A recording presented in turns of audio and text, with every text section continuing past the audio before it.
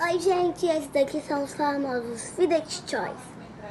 Vocês podem comprar um ou fazer um. Eu mesma que fiz esse. Esse daqui já meu pai comprou.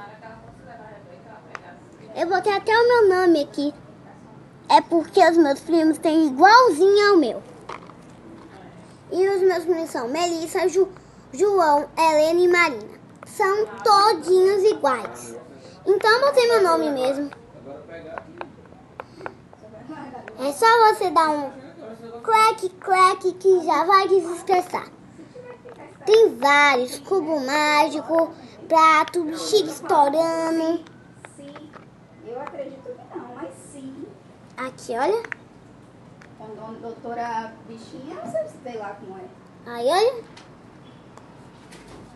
Eita bagunça, meu Jesus. O cara Eita, nós. vai infartar. Deixa ela pra onde ela brinca. É, mano. Bagunça mais brinca.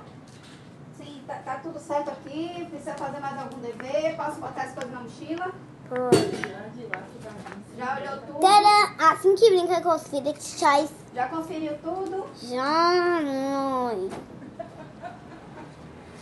Você vai, aperta a bola e depois vai clicando nesse.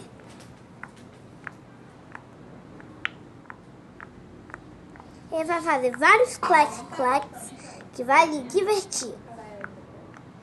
Quem não tem Fidex Choice, que tem celular, que compra na internet e espere um pouco, tem uns aplicativos que o nome dele é Fábrica de AliExpress. É só você instalar que ele já vai te avisar. Brinca mesmo, ela tá brincando.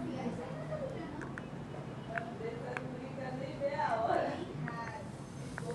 Viram? Assim que se brinca de Fidex Choice. Até o próximo vídeo.